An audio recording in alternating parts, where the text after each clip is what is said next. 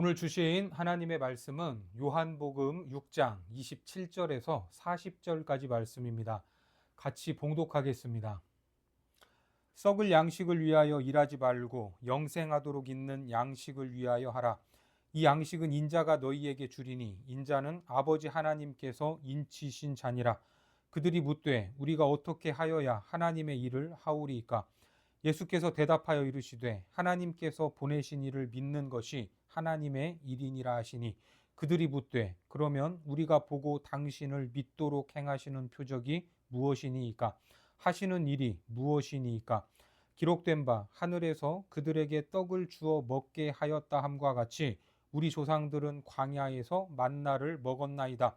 예수께서 이르시되 내가 진실로 진실로 너희에게 이르노니 모세가 너희에게 하늘로부터 떡을 준 것이 아니라 내 아버지께서 너희에게 하늘로부터 참떡을 주시나니 하나님의 떡은 하늘에서 내려 세상에 생명을 주는 것이니라. 그들이 이르되 주여 이 떡을 항상 우리에게 주소서. 예수께서 이르시되 나는 생명의 떡이니 내게 오는 자는 결코 줄이지 아니할 터이요 나를 믿는 자는 영원히 목마르지 아니하리라. 그러나 내가 너희에게 이르기를 너희는 나를 보고도 믿지 아니하는도다 하였느니라. 아버지께서 내게 주시는 자는 다 내게로 올 것이요 내게 오는 자는 내가 결코 내쫓지 아니하리라. 내가 하늘에서 내려온 것은 내 뜻을 행하려 함이 아니요 나를 보내신 이의 뜻을 행하려 함이니라. 나를 보내신 이의 뜻은 내게 주신 자 중에 내가 하나도 잃어버리지 아니하고 마지막 날에 다시 살리는 이것이니라. 내 아버지의 뜻은 아들을 보고 믿는 자마다 영생을 얻는 이것이니 마지막 날에 내가 이를 다시 살리리라 하시니라. 오늘은 생명의 떡을 나누는 삶이라는 제목으로 하나님 말씀 전하겠습니다. 오병이어의 사건 이후에 사람들은 예수님을 임금 삼으려고 혈안이 되어 있었습니다. 그래서 배들을 동원하면서까지 예수님을 찾아다니지 않았습니까? 하지만 예수님은 자신을 찾고 찾았던 그들이 반갑지 않았습니다. 왜 그렇습니까? 예수님이 보여주신 오병이어의 기적, 그 안에 담긴 진짜 의미를 몰랐기 때문입니다.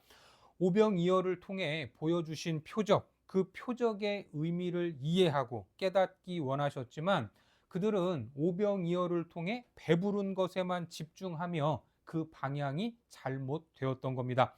그래서 예수님이 뭐라고 하십니까? 본문 27절 이하의 말씀에 보면 썩을 양식을 위하여 일하지 말고 영생하도록 있는 양식을 위하여 하라. 이 양식은 인자가 너희에게 주리니 인자는 아버지 하나님께서 인치신 자니라. 예수께서 이르시되 내가 진실로 진실로 너희에게 이르노니 모세가 너희에게 하늘로부터 떡을 준 것이 아니라 내 아버지께서 너희에게 하늘로부터 참떡을 주시나니 하나님의 떡은 하늘에서 내려 세상에 생명을 주는 것이니라. 이런저런 말씀을 하셨던 겁니다. 이처럼 오늘 본문에서도 떡에 대한 이야기가 이어지는데 요한복음을 이해하는 데 있어서 매우 중요한 말씀으로 예수님이 하나님의 떡은 하늘에서 내려 세상에 생명을 주는 것이다. 하늘에서 내려와 생명을 준다. 이렇게 말을 하니까 사람들은 그 말도 무슨 말인지 모르고 무조건 그 떡을 나도 달라 이렇게 말하고 있습니다. 34절에 보니까 그들이 이르되 주여 이 떡을 항상 우리에게 주소서. 어떻습니까? 요한복음 4장에 나왔던 수가성 여인도 영원히 목마르지 않는 샘물에 대해서 말씀하실 때 그 물을 달라고 했던 모습과 같습니다. 요한복음 4장 14절과 15절입니다. 내가 주는 물을 마시는 자는 영원히 목마르지 아니하리니 내가 주는 물은 그 속에서 영생하도록 솟아나는 샘물이 되리라. 여자가 이르되 주여 그런 물을 내게 주사 목마르지도 않고 또 여기 물 기르러 오지도 않게 하옵소서. 이와 같은 모습을 오늘 이스라엘 백성들이 보였던 겁니다. 그러니까 이 사람들은 어떤 기적적인 일들이 계속해서 일어나기를 원하고 있었던 거죠. 한 번만 마시면 목마르지 않고 하늘에서 내리는 떡을 먹고 인생에 좋은 일들이 생기기를 바랬던 겁니다. 그러니까 좋은 것을 설명하시고 깨닫게 하시려는 주님의 마음이 얼마나 답답했겠습니까? 도무지 알아듣지를 못하고 있습니다. 예수님은 분명히 나는 생명의 떡이니 내게 오는 자는 결코 줄이지 아니할 터이요 나를 믿는 자는 영원히 목마르지 아니할 것이다. 이렇게 말씀하십니다. 우리가 앞으로 요한복음을 계속해서 보겠지만 요한복음에서는 예수님께서 나는 뭐뭐다라는 이 말씀을 자주 하십니다. 오늘 나는 생명의 떡이다라고 하신 것을 시작으로 해서 7가지로 예수님 자신을 정의하고 있습니다. 이런 정의가 중요하겠습니까? 중요하지 않겠습니까? 아주 중요한 내용입니다. 이런 것은 외워야 할 필요가 있습니다. 아마도 여러분들이 다 한 번 이상은 들어보셨을 겁니다. 오늘 6장에서 나는 생명의 떡이다 라고 하셨고 8장에서 나는 세상의 빛이다 라고 하십니다. 요한복음 8장 12절에 보면 예수께서 또 말씀하여 이르시되 나는 세상의 빛이니 나를 따르는 자는 어둠에 다니지 아니하고 세상의 빛을 얻으리라. 그리고 10장에서 그러므로 예수께서 다시 이르시되 내가 진실로 진실로 너희에게 말하노니 나는 뭐다? 나는 양의 문이다. 그리고 요한복음 10장 11절에 나는 선한 목자라. 선한 목자는 양들을 위하여 목숨을 버리거니와. 그리고 11장에서는 나사로가 다시 살아나는데 거기에서 뭐라고 합니까? 예수께서 이르시되 나는 부활이요 생명이니 나를 믿는 자는 죽어도 살겠고. 그리고 14장에서 예수께서 이르시되 내가 곧 길이요 진리요 생명이니 나로 말미암지 않고는 아버지께로 올 자가 없느니라. 마지막에 등장하는 것이 나는 참 포도나무입니다. 15장 1절에 나는 참 포도나무요 내 아버지는 농부라. 이렇게 7개의 장면이 나옵니다. 나는 나다. 에고 에이미라는 말로 출애굽기에서 당신의 이름을 불었던 모세에게 하나님은 나는 나다라고 이 말씀하신 형태로서 이것은 예수님의 신적 본질을 드러내는 선언인 것입니다. 그 첫 번째 표현이 바로 오늘 본문에 등장을 했습니다. 나는 생명의 떡이다. 생명의 떡. 이 말은 예수님이 생명의 양식을 주는 존재입니까? 아니면 그분 자신이 생명의 떡입니까? 그렇습니다. 그분 자신이 생명이면서 그 생명을 주시는 분이다라는 이중적 의미를 담고 있습니다. 이것을 히브리서에서는 이렇게 설명을 하고 있죠. 히브리서 9장 26절에 그리하면 그가 세상을 창조한 때부터 자주 고난을 받았어야 할 것이로되 이제 자기를 단번에 제물로 드려 죄를 없이 하시려고 세상 끝에 나타나셨느니라. 스스로를 제물로 바친 제사장이다 라고 말합니다. 그래서 오병이어의 기적을 기록한 공관복음에는 예수님께서 떡과 물고기를 떼어 누구에게 주셨죠? 제자들에게 나누어 주라고 말씀하셨지만 요한복음에서는 주님이 직접 주신 것으로 기록하고 있는 겁니다. 요한복음 6장 11절을 보겠습니다.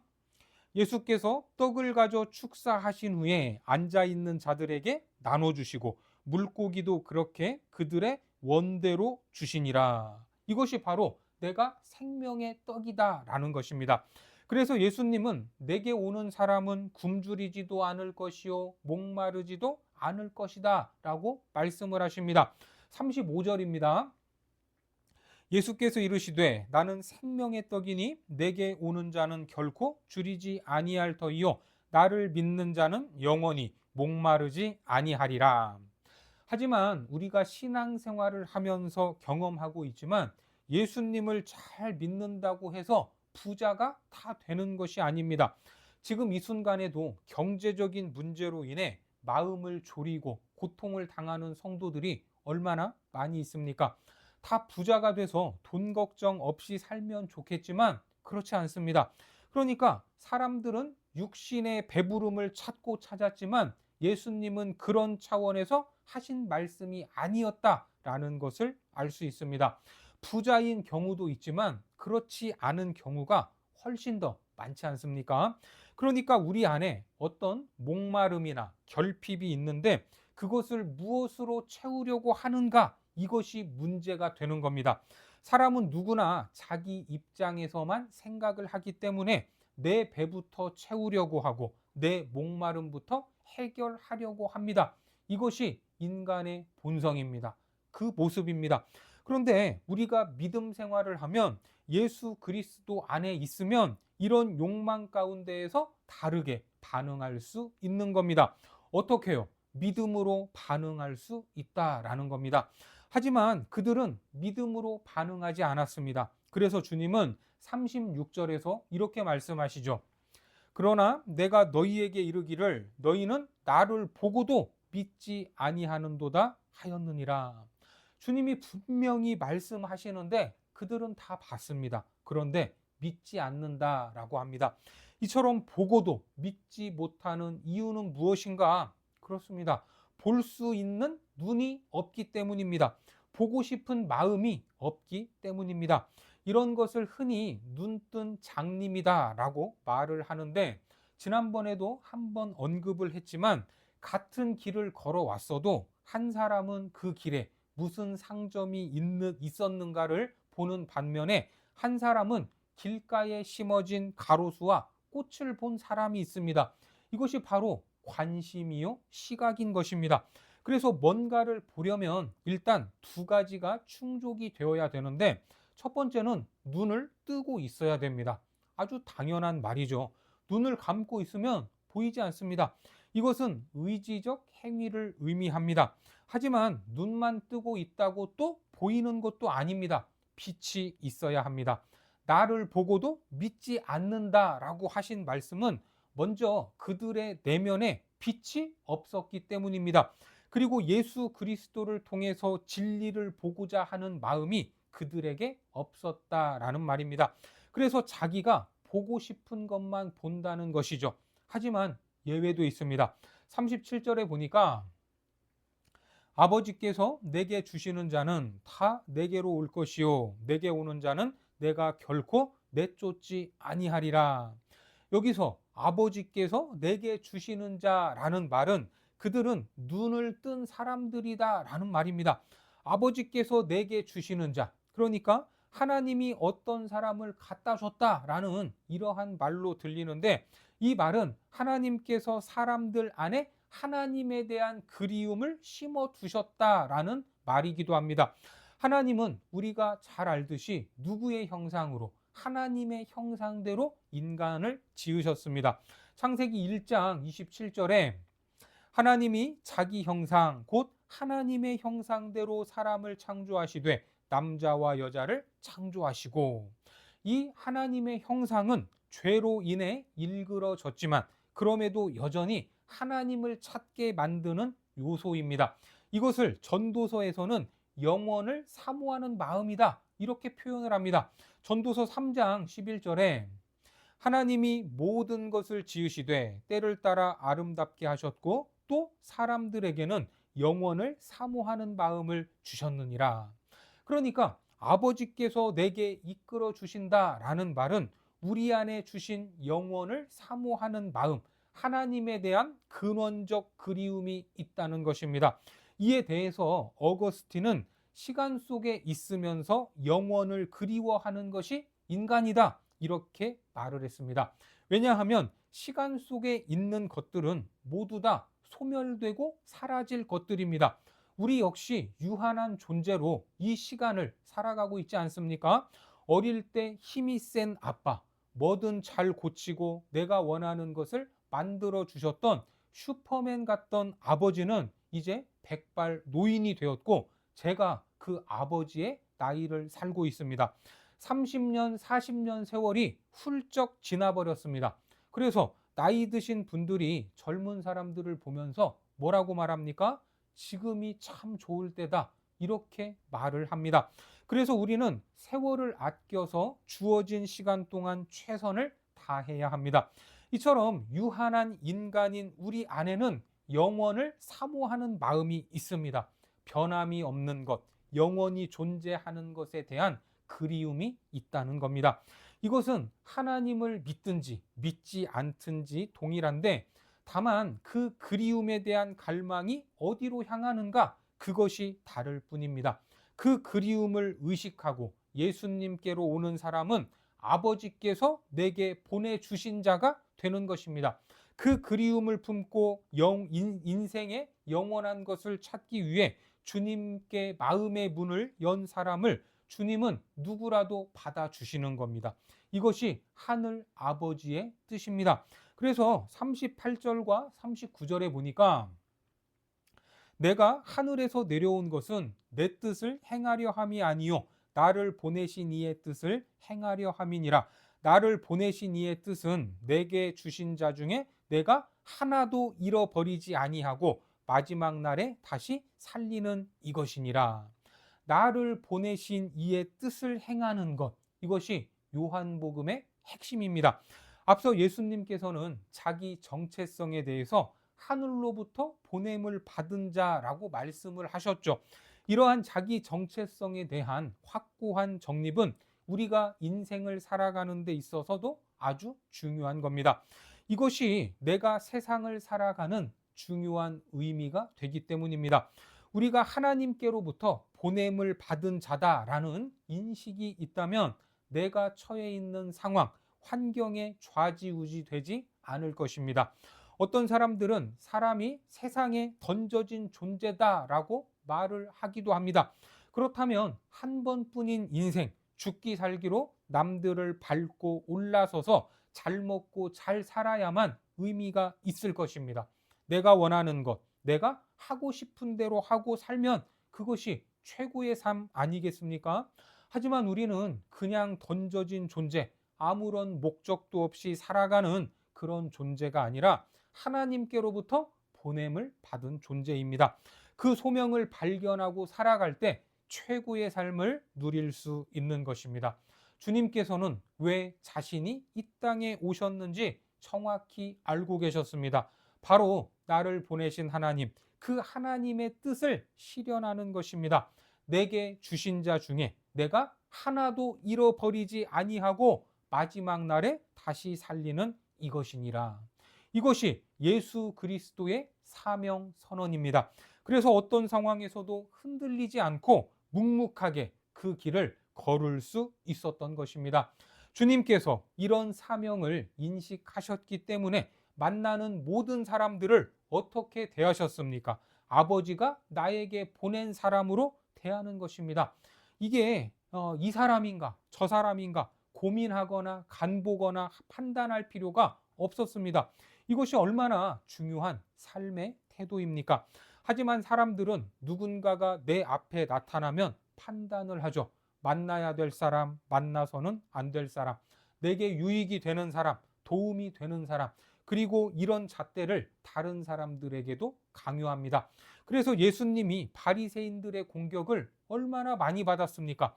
누가복음 7장 34절에 보니까 인자는 와서 먹고 마시매 너희 발이 보라 먹기를 탐하고 포도주를 즐기는 사람이요 세리와 죄인의 친구로다 하니. 하지만 주님은 이런 말씀을 들으시면서도 세리든 죄인이든 창기든 가리지 않았습니다. 그들 중 하나라도 잃어버리지 않으시려고 그들이 영생을 얻도록 최선을 다했던 것입니다. 왜 그렇습니까? 아버지께서 내게 이끌어 주신 영혼들이다라고 여겼기 때문입니다. 우리 역시 이런 마음을 가지고 살아간다면 얼마나 좋겠습니까? 오늘날 세상이 폭력적이고 어두운 이유는 사람에 대한 마음이 사라지고 사랑이 식었기 때문입니다. 그래서 말세의 모습을 성경은 이렇게 말씀하고 있죠. 디모데후서 3장에 보면 너는 이것을 알라. 말세에 고통하는 때가 이르러 사람들이 자기를 사랑하며 돈을 사랑하며 자랑하며 교만하며 비방하며 부모를 거역하며 감사하지 아니하며 거룩하지 아니하며 무정하며 원통함을 풀지 아니하며 모함하며 절제하지 못하며 사나우며 선한 것을 좋아하지 아니하며 배신하며 조급하며 자만하며 쾌락을 사랑하기를 하나님 사랑하는 것보다 더하며 경건의 모양은 있으나 경건의 능력은 부인하니 이 같은 자들에게서 내가 돌아서라. 이 모든 모습들이 말세의 고통스러운 세상의 모습이고 결국은 경건의 모양만 남은, 경건의 능력은 상실한 세상이다 라고 말씀하고 있습니다. 그렇다면 경건은 무엇입니까? 야고보서 1장 27절에 보니까 하나님 아버지 앞에서 정결하고 더러움이 없는 경건은 곧 고아와 과부를 그 환난 중에 돌보고 또 자기를 지켜 세 속에 물들지 아니하는 그것이니라. 고아와 과부는 내게 유익이 될 만한 존재가 아닙니다.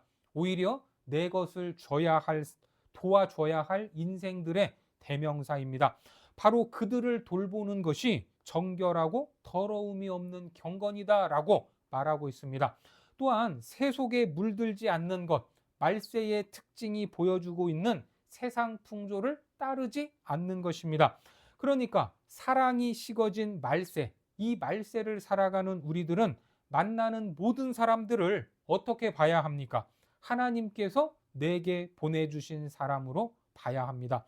내게 유익이 될 것인가 아닌가, 이런 판단을 앞세우지 말고 내가 영적으로 책임져야 할 존재로 보시기 바랍니다.